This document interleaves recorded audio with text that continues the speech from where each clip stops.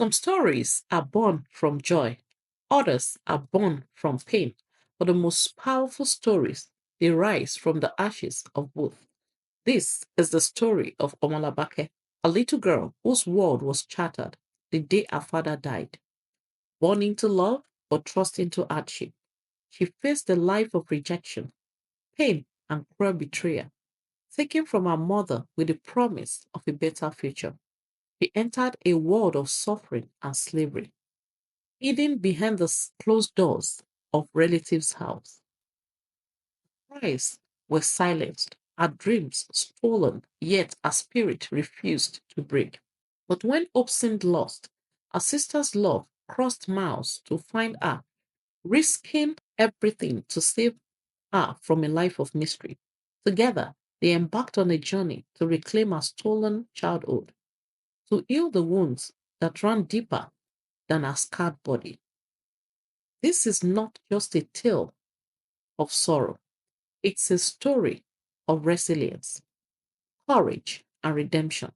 It's about the strength of family bonds that not even the darkest cruelty could sever. Will Omolabake find her voice again? Will she rise above the pain that once tried to destroy her? Stay tuned for a powerful journey of tears and triumph, a story that will break your heart and mend it all over again. Grab your tissues and prepare to be moved. This is the story of a girl who refused to give. In a small dusty village called Ilupeju, surrounded by endless field, life was simple yet happy. Omolara and her husband Adewale were blessed with 9 children. Adewale was hard-working farmer who provided for his family with love and dedication. But one fateful evening, everything changed. Adewale fell ill suddenly, and within days he was gone. His death was unexpected and devastating, leaving Omolara a widow with 9 children to care for. Grief consumed her, but she could not afford to break down. She had to be strong for her children. But life grew harder with her husband gone. The once bountiful farm began to wither. The family struggled to find food, and Omolara could not afford to send her children to school. Her petty trading of selling fruits by the roadside was barely enough to feed them. To make matters worse, Adewale's family members descended on the house like vultures, fighting over his properties, ignoring his wife and children's suffering. The uncles and cousins took everything they could find, from the farmland to the livestock, leaving Omolara with nothing. With no help from her in laws, she watched helplessly as her children were sent home from school for unpaid fees. One by one, they dropped out their dreams shattered by poverty. Omolabake, the youngest of the children, was only 7 years old, innocent and full of life. She did not understand why her father was gone or why they were now so poor. All she knew was that her mother was always sad and there was never enough food. Months passed and things only got worse. But then a ray of hope appeared. Dide, Adewale's younger brother, came to visit the village from the city. He had not heard about his brother's death until he arrived. Shocked and saddened, he went to see Omolara. When he saw the terrible condition they were living in, his heart broke. The children were malnourished. The house was falling apart, and Omolara looked like she carried the weight of the world on her shoulders. Uncle Jide felt guilty. He had been doing well in the city as a businessman and didn't know his brother's family was suffering. He offered to help in the only way he could by taking Omolabake with him to the city. I will raise her as my own, he promised. She will go to the best school and have a better future. Omolara was hesitant at first. She loved her daughter deeply and did not want to be separated from her. But she also knew that she could not give Omolabake the life he deserved. With tears in her eyes, she agreed. Promise me you will take care of her, she pleaded. Jide nodded. I give you my word. Little did Omolara know she was sending her daughter into a life of pain and suffering. After a tearful goodbye, Jide took Omolabake to the city. The little girl was excited and full of dreams.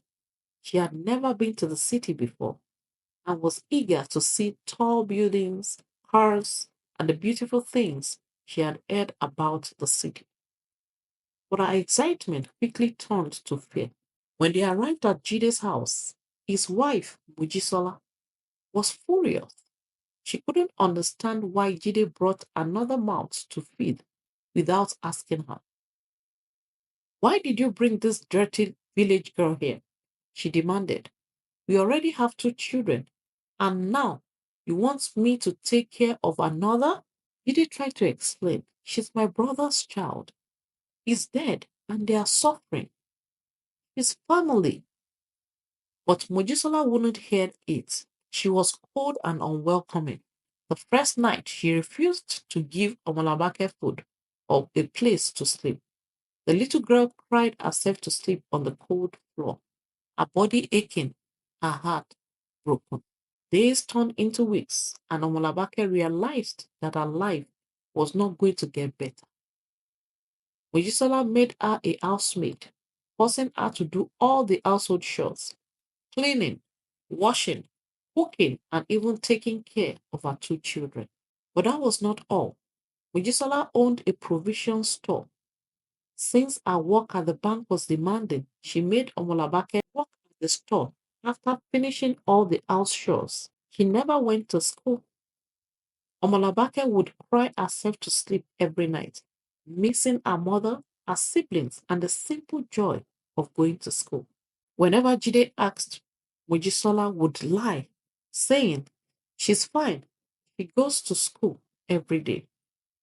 To make matters worse, Mojisola beat her mercilessly for every little mistake. The neighbors would hear the cries of the young girl, but were too afraid to intervene. Malabake became thin, malnourished, sickly. She had only three clothes, and she grew weaker by the day. Years passed, and Omolabake became a shadow of herself. Her once bright eyes were now dull, her laughter long forgotten. She was 14 years old, with no education, no love, and no hope. One day, while walking on the street, she stumbled and fell, causing the goods to scatter. When she returned home, Mojisola beat her brutally, and Omolabake tried to run, but she fell and cut her leg deeply. Mojisola refused to take her to the hospital or treat the wound. It became infected, turning into a smelly sore. People began to avoid her, covering their noses when she passes by. Back in the village, Iyanuade, the eldest child, had a strange dream. She saw Omolabake crying for help, surrounded by darkness. Worried and afraid, she decided to travel to the city to find out what was happening. When she arrived, she found Omolabake in terrible condition, thin, dirty, wounded, and broken. Her heart. Iyanode confronted Jide and Mojisola at first. They denied everything, but the neighbors exposed the truth, revealing the abuse. Iyanode refused to live without her sister. I will take her back to the village. You will never see her again, she declared.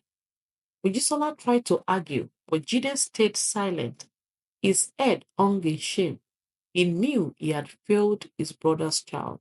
Omolabake cries tears of joy as she left with her sister, finally free from her suffering. Back in the village, Omolara wept with a relief as she held her daughter again. The family vowed to never let anyone separate them again. With Iyanuade's help and all other siblings, Omolabake began to heal. Her wound was treated and her spirit slowly came back to life. Despite missing years of school, Omolabake was determined to learn. Her siblings taught her at home, and she worked hard to catch up in school. Because she was very brilliant, she came top of her class, which qualified her for a scholarship abroad. Though her family was skeptical after all she went through to travel abroad only, Iyanuade spoke with the organization and they allowed one family member to accompany her. Iyanuade traveled with her, ensuring she was safe and settled. Omolabake studied medicine and surgery and graduated with honors, becoming a renowned medical doctor. Inspired by her painful childhood, she established a non-profit organization to help less privileged children, ensuring no child went through what she did. After many years, Mojisola regretted her actions and reached out to apologize. With a heart full of grace, Omolabake forgave her, choosing love over bitterness. Omolabake married an engineer who cherished her, and together they built a happy family, living a life filled with love, purpose, and hope. From a life of pain to a destiny of greatness, Omolabake's story is a testament to the power of courage, forgiveness, resilience. The lessons and the moral of this story is family is everything. True love and support come from those who never give up on you. Two, hope is never lost. No matter how dark life gets, there's always a way out. Three, kindness can change a life. One act of love can save someone from a lifetime of suffering. Four, education is a powerful tool. Knowledge opens doors and transforms destinies. Five, forgiveness heals the soul. Choosing love over bitterness leads to true peace. Six, hardship does not define you. It is your resilience and choices that shapes your future. Seven, greatness is born from adversity. Your past does not limit your destiny. It prepares you for it. Never trust blindly. Not all promises lead to good. Always protect those you love. For stories like this, like, share, comment, and subscribe. Till the next time. Bye bye.